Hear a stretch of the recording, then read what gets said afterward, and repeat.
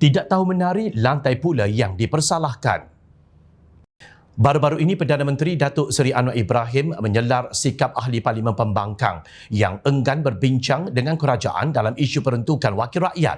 Anwar berkata kerajaan telah melantik Timbalan Perdana Menteri Datuk Seri Fadilah Yusof bagi membincangkan perkara itu. Malah kaedahnya juga sama seperti ketika pentadbiran Datuk Seri Ismail Sabri Yaakob. Pakatan Harapan PH yang pada masa itu di Blok Pembangkang, jelas beliau berbincang dengan kerajaan sehingga ia disalurkan selepas perjanjian keyakinan dan pembekalan CSA ditandatangani. Ini tak payah sign dan bincang. Kata ini hak kami. Ini bukan hak ahli parlimen. Runding setuju kita luluskan. Kalau tak sampai bila-bila pun kita tak luluskan. Runding jangan sombong dan angkuh tuntut, kata Anwar yang juga Menteri Keuangan ketika penggulungan kajian separuh penggal Rancangan Malaysia ke-12 di Dewan Rakyat. Anwar sebelum ini berulang kali menegaskan kesediaannya memberi jumlah peruntukan sama kepada ahli parlimen pembangkang seperti diterima wakil rakyat blok kerajaan. Bagaimanapun Perdana Menteri berkata ia perlu dimulakan dengan proses rundingan yang membabitkan kedua-dua pihak bagi menentukan parameter yang diluluskan.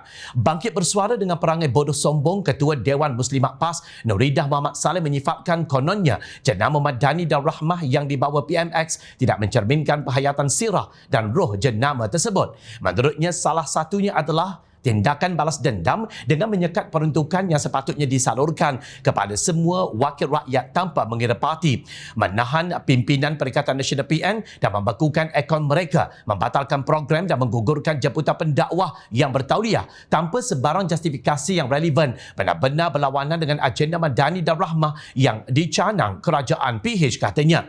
Beliau berkata demikian ketika menyampaikan ucap tama sempena Muktamar Tahunan Dewan Muslimat PAS Malaysia di Ideal Convention Center IDCC Seksyen 15 semalam. Sehubungan itu, Nuridah berkata Dewan Muslimat PAS ingin menarik perhatian pihak pemerintah agar membuat kajian semula terhadap amalan Madani dan Rahmah yang dicanang selama ini.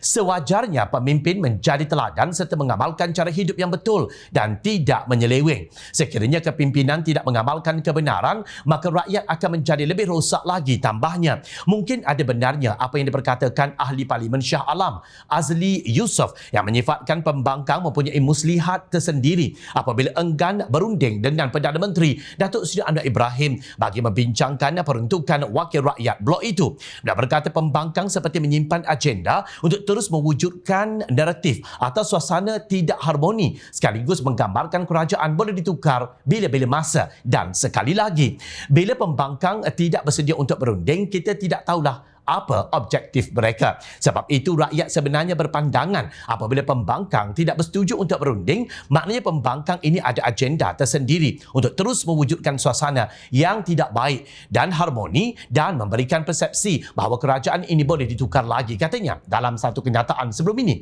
Ternyata dengan cara ini sahaja pembangkang akan terus memainkan naratif kononnya mereka ditekan dan ditindas dan akhirnya mendesak rakyat untuk menukar kerajaan, sedangkan mereka tidak pernah memberikan kerjasama, apalagi memainkan peranan yang konstruktif sebagai pembangkang dalam sistem demokrasi negara. Kenapa Dewan Muslimat PAS tidak meminta Presiden mereka, Tan Sri Abdul Hadi Awang, untuk menasihati Ketua Ketua Pembangkang Datuk Seri Hamzah Zainuddin untuk tidak sombong dan angkuh dalam isu ini. Berbicara tentang agenda Madani dan Rahmah, rasanya letaklah jenama apa sekalipun, kalau hati anda sudah hitam, semua benda tidak kena pada mereka kecuali bersih dan stabil atau best yang didokong Perikatan Nasional yang entah apa maksudnya. Kecuali apa yang rakyat faham maksudnya hanyalah sakau, rasuah, tepuk atap, cukup jumlah, mencarut, maki hamun dan fitnah. Best sangat ke apabila menantu dicari oleh pihak Interpol? Best sangat ke bila makan gaji buta berpuluh bulan daripada duit rakyat? Best sangat ke bila menantu sorok minyak masak? Mungkin juga Dewan Muslimat PAS seronok melihat kerajaan yang makan gaji buta, tutup parlimen dan isytihar darurat sebab kebanyakan wakil mereka pun memang kaki ponteng. Malah juaranya ialah Presiden PAS itu sendiri.